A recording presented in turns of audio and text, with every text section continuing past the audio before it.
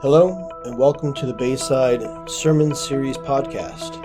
I am your host, Marcus Duckworth, Technical Director at Bayside. Today, we talk with Pastor Dave Ritter about the consequences of blatantly denying the power of God. We also discuss purpose of the church, and when the church doesn't differentiate itself from the culture, what's the need for the church?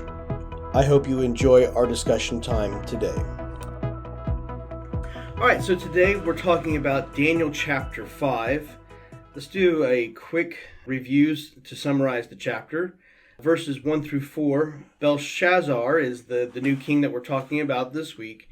And he throws a defiant party where it's a big drunken party for him and 1,000 of his closest friends, wives, concubines. And he breaks out some special party wear that belonged in the Temple of Jerusalem, using it for unholy purposes, brought some damnation upon himself.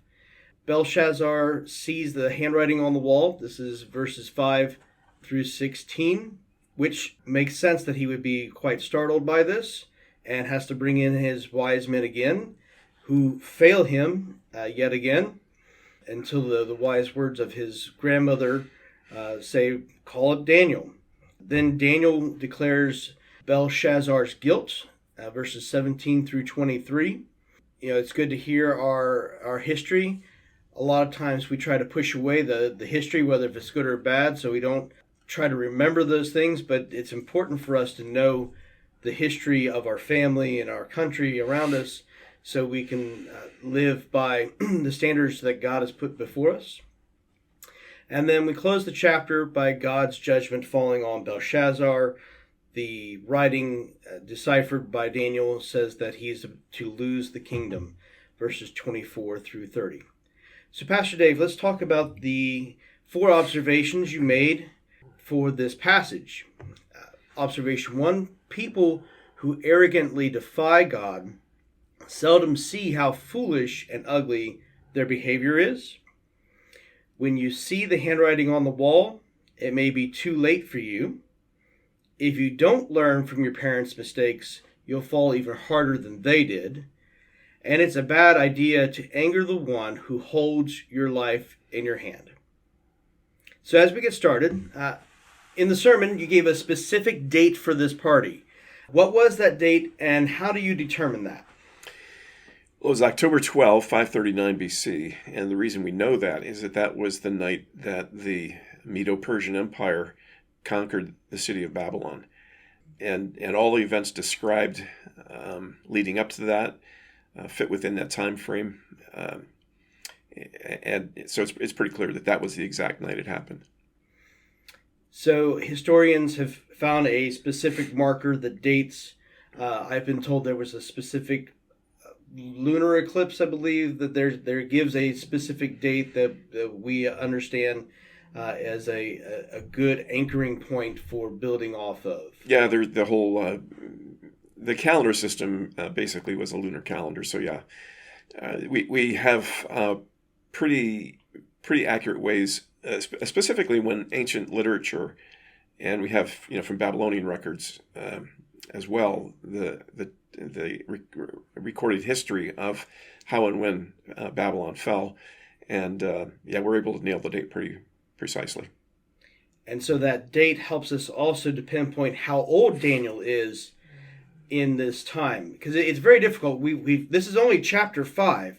We've gone from Daniel being a teenager, being pulled out of Jerusalem, and he's gone through young adult years, and now we're a different king. This is multiple generations away from Nebuchadnezzar, and it helps us to understand that he's a wise old man, and towards the end of his life, towards the end of his duties to the king, so that helps to build this idea that he's not a young pup in this anymore.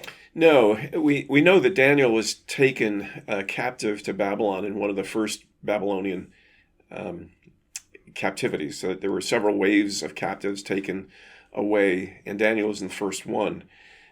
So that would put him at if assuming that he was a teenager when he was taken to Babylon, he's probably been in Babylon a good 60 plus years, which would put him around the age of 80. Yeah.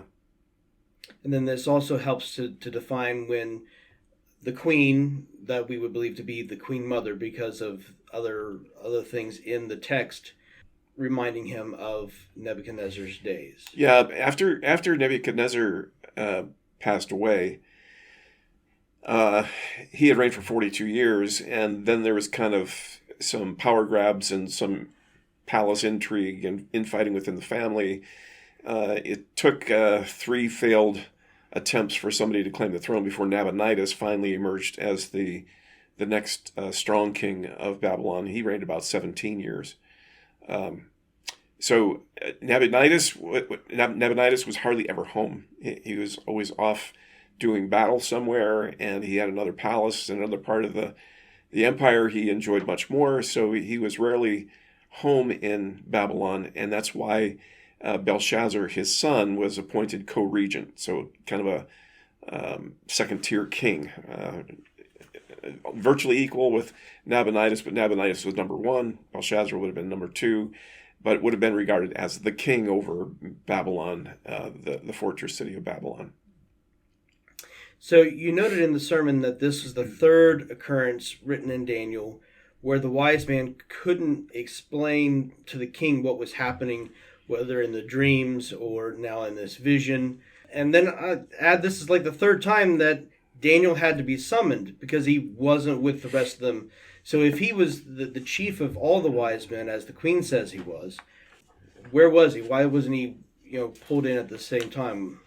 Well, Nebuchadnezzar had made Daniel chief of the wise men after the second dream that the other wise men couldn't interpret.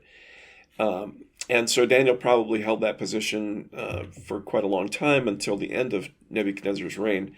But as with every new administration, kings like to tend to bring in their own people. So it's likely that Daniel was now being overlooked or had been retired, just being ignored by Belshazzar. And that's why the queen mother has to remind Belshazzar that, hey, when your father, and when she says your father, he's really talking probably about his grandfather or great-grandfather. But when Nebuchadnezzar ran into these situations, he could always rely on Daniel. You ought to ask him to come and help out. So Daniel may not actually have any official court responsibilities at this point. He just might be kind of living in obscurity at the moment. But the queen remembers him and encourages Belshazzar to bring him in. The promised reward Belshazzar had for whoever could interpret it was to be third in the kingdom. Is that counting Belshazzar's father as first, then Belshazzar as 2, and then Daniel as 3? That's correct. That's why he would be promised the third position in the kingdom, which, given what was about to happen to Belshazzar, wasn't exactly a very attractive prospect. And so it's understandable why Daniel turned it down. I think Daniel turned it down for 2 reasons. One is he's promising great wealth. Dress him in purple, give him a gold necklace. So those are indications of royalty and wealth, and then you'll be third in the kingdom. Well, Daniel's not impressed with financial gain. He's working at God's bidding, and he certainly doesn't want to be closely identified with Belshazzar's administration because it's about to come to an end, and Daniel knows that. And we'll talk more about some of that outcome as we close the podcast. Let's get to the history lesson that Daniel explains. In verse 25, there's 3 words, mene, tekel, and parson. Then in verse 28, it's Perez. So why is the change there? Is there a difference in the word? No, it's the same root word. It's just a different usage of it in terms of probably the verb declension or whatever. But the 3 words basically mean, mene means to count. That's repeated twice. So count. Tekel means to weigh. And parson or paris means to divide or to separate. So those 3 words, 4 words actually, mene, tekel, upharsin, would have been kind of puzzling, I think, to the wise men. It'd be kind of a riddle. Somebody wrote on a wall, count, weigh, divide. Without context, you wouldn't have any idea what that meant. Right. So it's not surprising that the wise men didn't know what to make of it. But Daniel sure understood, because I think God was giving him the inside scoop. And that leads me to just a stray thought that came into mind as I was preparing. How long do you think these words lasted on the wall? It's not written, but do you think that there's enough room in interpretation that by the time Daniel got to the party, that the writing had disappeared and that God shared this with him? Or do you think that the words lasted for a while on the wall? Yeah, nobody knows, of course, because the text doesn't say, but there's no reason in the text to think that the words disappeared.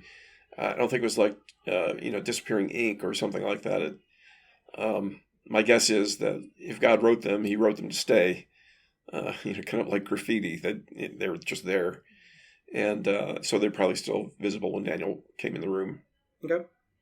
Before Daniel gave the interpretation that he told Belshazzar to keep the reward for himself. And we kind of talked about this a little bit, because Daniel wasn't worried about the wealth or position. But we see in verse 29 that the king gave it to him anyway. Do you think Daniel changed his mind about this, or this was just, being a good sport about it? And do you think it influenced how Darius saw Daniel? That's hard to say. I think the implication is that Belshazzar could give them all he wanted to Daniel. It didn't mean that Daniel was going to take them seriously or take them home. Certainly not take the title. My guess is that, Daniel is going to rise very quickly in Darius' administration in chapter 6 and become a valued member of Darius' court. And my guess is that he came to attention because Darius was likely hearing the story of what went on in that banquet hall that night. As different guests were captured and interrogated. Who knows, maybe Belshazzar himself spilled the beans, because he was captured that night before he was executed. Any number of ways that story could have been told such that it got back to Darius. Hey, there's this guy who was kind of an insider, and he was on our side, so you might want to get to know him, this Hebrew, and I'm guessing that Daniel came to Darius' attention because of that story getting passed around. As we're talking about the things that happened in that banquet, and Daniel's interaction with the king, and I'm thinking, all of this is taking place in front of 1,000 people. Mm-hmm. So they're seeing this writing on the wall. Right. They're seeing what's going on between the king and Daniel. It's, like playing like a little play in my head. Like, yeah. Wow, if you were in that room, what would you as a guest be thinking about what was going on? And was the king concerned about that at the time? Yeah, I mean, it talks about how the king lost his color and his knees began to shake. I mean, he obviously almost went limp with fear when he saw it, and the guests had to see that. Yeah. So I'm guessing there were a lot of scared people in the room. Maybe a lot of them, kind of beat it out the door. Yeah. At and that seeing point. that their own people, or their own wise men, don't know what's going Right. on. But here's Daniel again after how many years? Exactly. Have they not seen him? Yeah. Putting the pieces together. Yeah, it's kind of interesting, because one of the things we haven't talked about yet is that all this is going on while there's a foreign army outside the gates, and Belshazzar is so cocksure of himself that he's not going to get conquered. That instead of paying attention to what the Persians are doing outside the gates of Babylon, he's throwing a party for 1,000 guests, and then on top of that, bringing out the vessels of the temple, so that he's not only defying the Persians, he's defying the God of Israel, which is kind of really a dumb thing to do. But yeah, I like your observation, Leslie. I think it's really amazing to think about how this is getting played out in front of 1,000 people. Yeah. All right, let's do some practical application to those observations. and contrast them against the character of Daniel. So the first observation: people who arrogantly defy God seldom see how foolish and ugly their behavior is. During the sermon, you brought up some images of a church that was that United Methodist Church. United Methodist Church. A part of their liturgy is usually having a youth moment, a children's church sermon in the middle of the service. So this wasn't something that was hidden from the parents. This was something that was done right in front of everybody. That this guest speaker, the man in drag named Pentecost, Ms. Pentecost, play on the words of Pentecost, to teach the children a lesson. And while from our side it's very easy to see how foolish that is and how ugly that is, there seems to be some professing Christians who are blind to that. It's not something that they see as foolish. Yeah, and it kind of goes to the direction that some of these mainline denominations are going these days, where, for generations now, they've downplayed the authority of Scripture. They have talked about, how Jesus was a good moral teacher. And there are all kinds of ways that the Scriptures have been downplayed and the gospel has been watered down. So this is nothing new in respect of people not taking Scripture seriously, but it's so indicative of some of the currents in the modern church where, I don't know if it's an attempt to seem relevant or whatever it is, they get on board with whatever's the hot trend, and flavor of the month. At that particular church happened to be, drag queens. And, inviting a drag queen in who is, by the way, a candidate for ordination in the United Methodist Church, and having him address the children and then give the sermon to the congregation, that somehow was a beautiful and good thing because it was showing how accepting and tolerant the congregation is, I guess. So they're seeing this as a beautiful thing, all the while ignoring, teaching the Scripture that talk about how men ought not to dress as women, and it's just sad that you have things like that being celebrated by people who think this is all well and good, and we're going to broadcast it around the world. That is what we're doing, when in truth it's a desecration of what's holy and good, and a mockery of the very gospel that they're purporting to preach. So, that might sound judgmental on my part to talk about it in those terms, but my purpose in bringing it up was to say, look,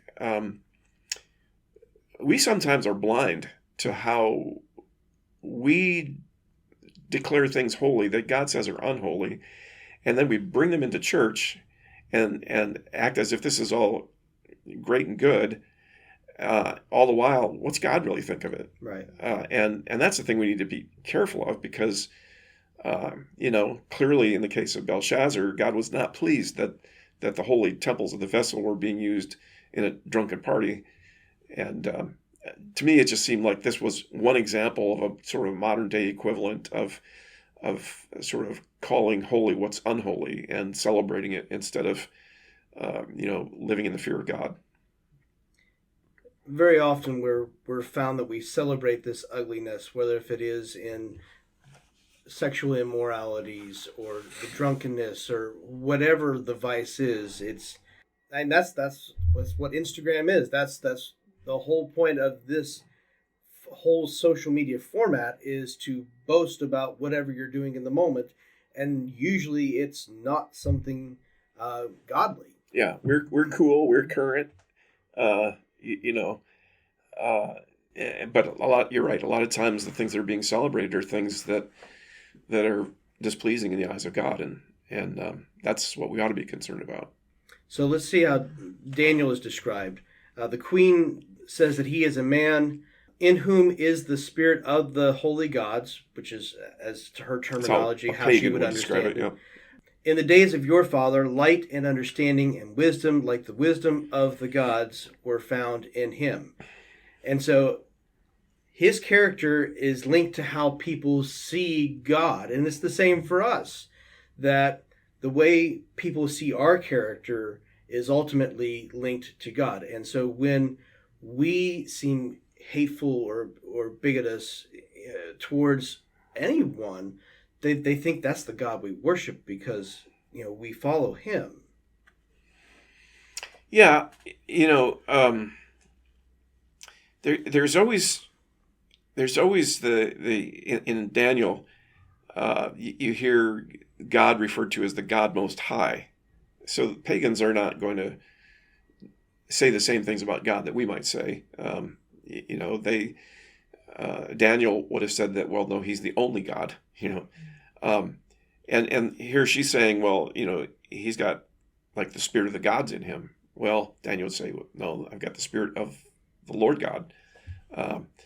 So how pagans describe it in terms of their polytheistic view, their view of a world in which they entertain that there are many gods. So she's kind of putting it in words that she can best muster to make sense of the ability that Daniel has. But we know, of course, clearly that where Daniel's getting his wisdom from is from the God of Abraham, Isaac, and Jacob. Yeah. That's clear throughout the text of Daniel. And it's important for those that are new to Christianity to, as they're coming through that the church is there to help teach them, not in condemning them, but bring you alongside, help you understand what God says and how we relate to him and to each other. We unlearn those things of the world. Diane and I were talking about the message on Sunday afternoon, and she said, to me it was just a good reminder of the holiness of God. That God is not to be trifled with, and we don't probably often enough talk of God in those terms because our culture much prefers thinking of God as loving and accepting and tolerant of everybody and never judging. So we've got a God we've made in our own image. But that's not the God of the Bible. The God of the Bible is a God that is holy and righteous and good and just. And he is offended by evil, and he will judge evil. And if we don't reckon with that part of God, then we're missing out a big part of who God actually is. Yeah. It's interesting. You had brought up how the church that had the speaker, their enrollment, their membership is declining over a period of time. Yet they think they're making themselves more appealing to the general public because they're becoming more tolerant. They've watered down the Bible to make it easier for people to accept. But it's not the Bible. It's not what God wants us to hear. It's not what he wants us to live by. So you're already seeing, a consequence of what that is, of their behavior. But you look at us in general in America, and everything is about tolerance and not offending people, but there's no accountability. Right. Yeah, and that's a really good point. So a lot of these denominations that are kind of going with the social currents and adding their blessing to things that 100 years ago people of their own denomination would have thought abhorrent. But now we're accepting same-sex marriage, we're accepting transgender confusion, we're accepting drag queens in the pulpit, and where's it going to end? And yeah, those denominations are all in decline. So much so that one of the denominations I was talking about on Sunday is predicting that they may go out of business by 2041.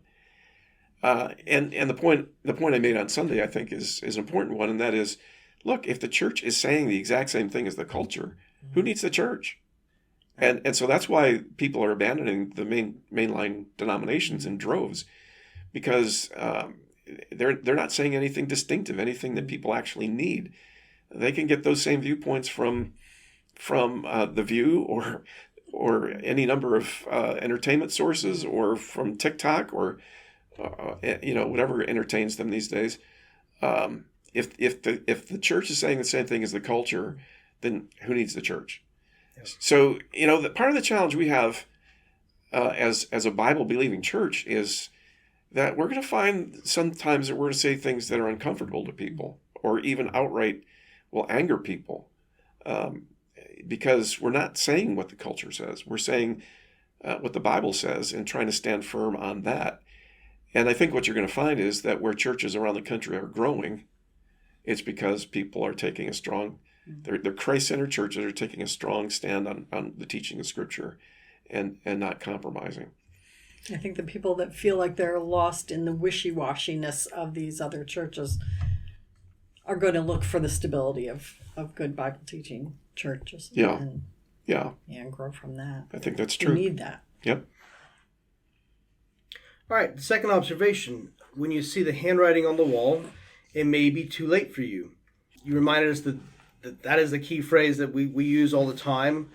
You gave an example of, after this loss, the writing's on the wall for that manager. He's probably going to get fired.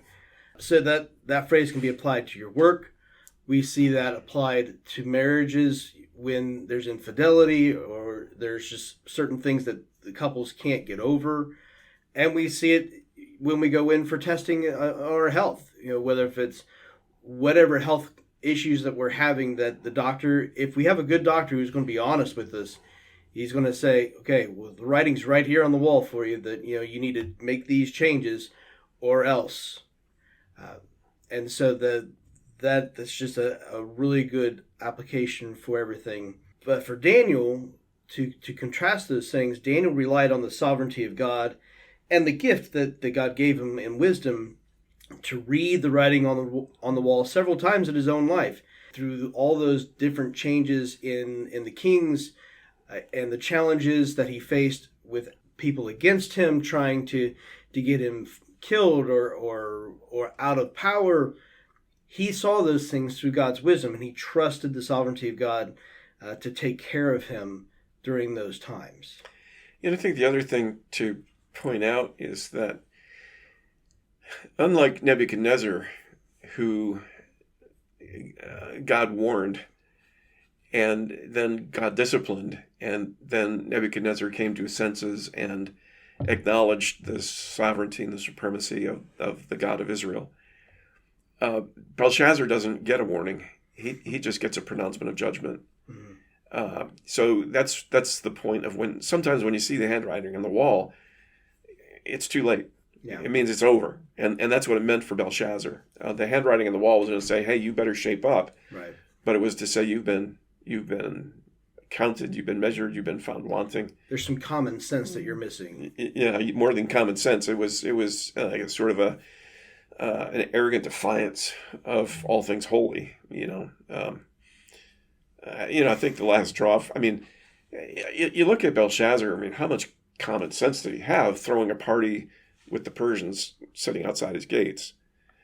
So there's a certain level of lack of common sense. But then you get to the point of outright arrogant defiance of taking holy vessels of the temple from Jerusalem and using them in a drunken party. And I think that was it. Yeah. That's where God said enough. Right. Because the text says he knew that what they were. He knew what they were. Call them, bring out the vessels from Jerusalem. So he made that conscious decision. This was an outright overt sin, right? Yeah. It was out in the open. He knew what he was doing, and thought he could get away with it. And I think that's a picture of a lot of our culture today. People just living outright defiant lives where God is concerned, and thinking that they'll get away with it. Yeah. All right. The next observation: if you don't learn from your parents' mistakes, you'll fall even harder than they did. Many of us, we grow up thinking that how much smarter we are than our parents. I've raised 2 children. Dave, you've got 3, adult children. Leslie, how many adults? 3 adult children. 3 adult children. And so I'm sure that they still think that they're smarter than us in some ways. And eventually, maybe someday, they do wake up and go, huh, my parents were smart about those things. You get any specific examples that you hope that your kids see or that you have from your parents?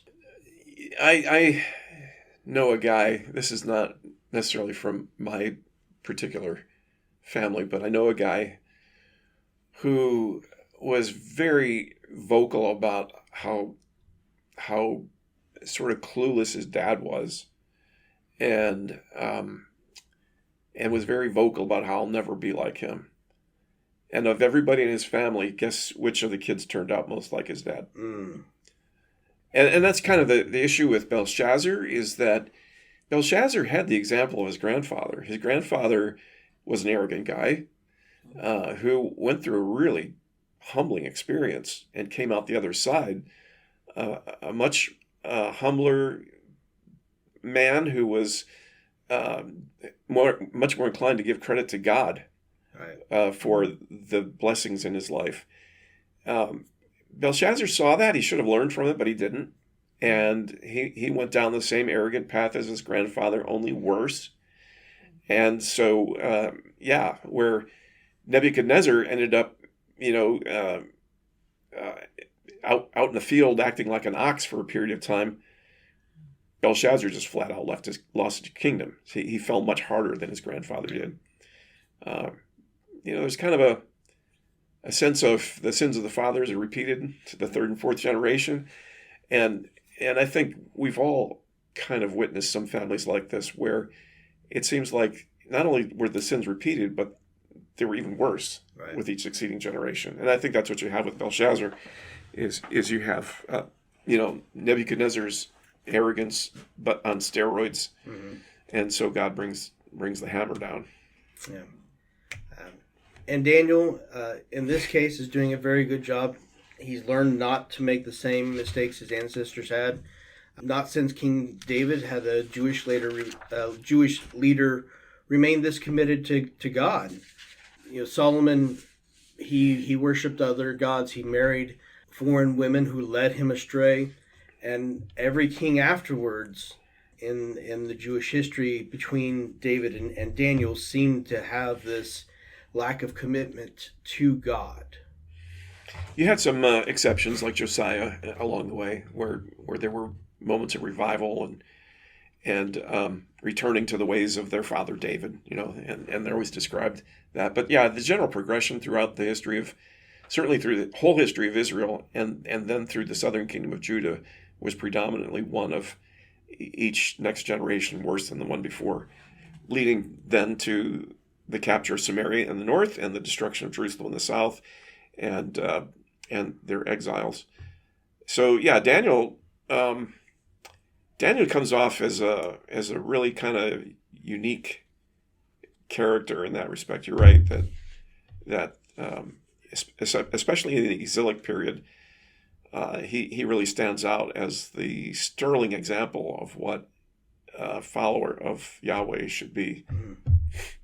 Every week here at Bayside, I see many grandparents bringing their grandchildren to church, and I've seen in the past, my daughter goes to private Christian school, and I understand grandparents are heavily involved in paying tuition and doing these things to help these kids get a good Christian background and solid biblical teaching.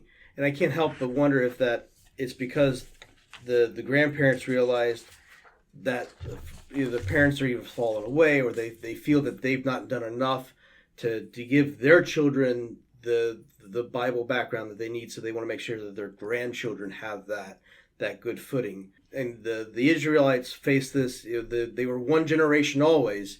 They always seem to fall apart. Like you said, in the northern kingdoms, the next generation was worse than the other.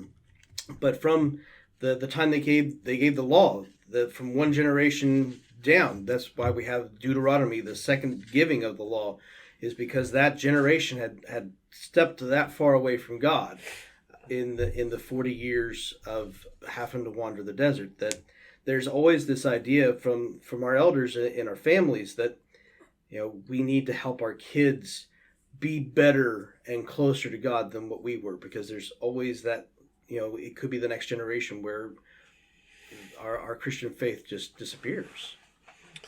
Yeah, I mean, there's that saying that the Christian faith is one generation away from extinction, because it depends on each new generation to have some of that generation follow Jesus.